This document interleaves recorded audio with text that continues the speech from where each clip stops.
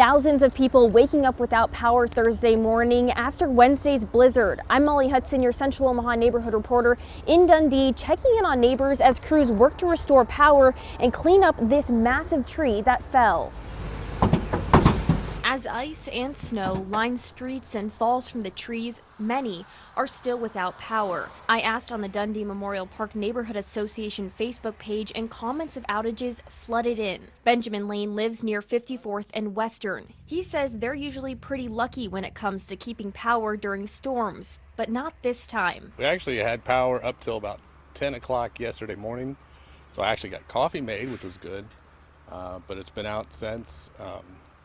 I work from home, so I just grabbed a generator first thing, and so I could at least get work done for the day. And he's hopeful with crews in the neighborhood that power will be restored soon. In Dundee, I'm Molly Hudson, your Central Omaha neighborhood reporter.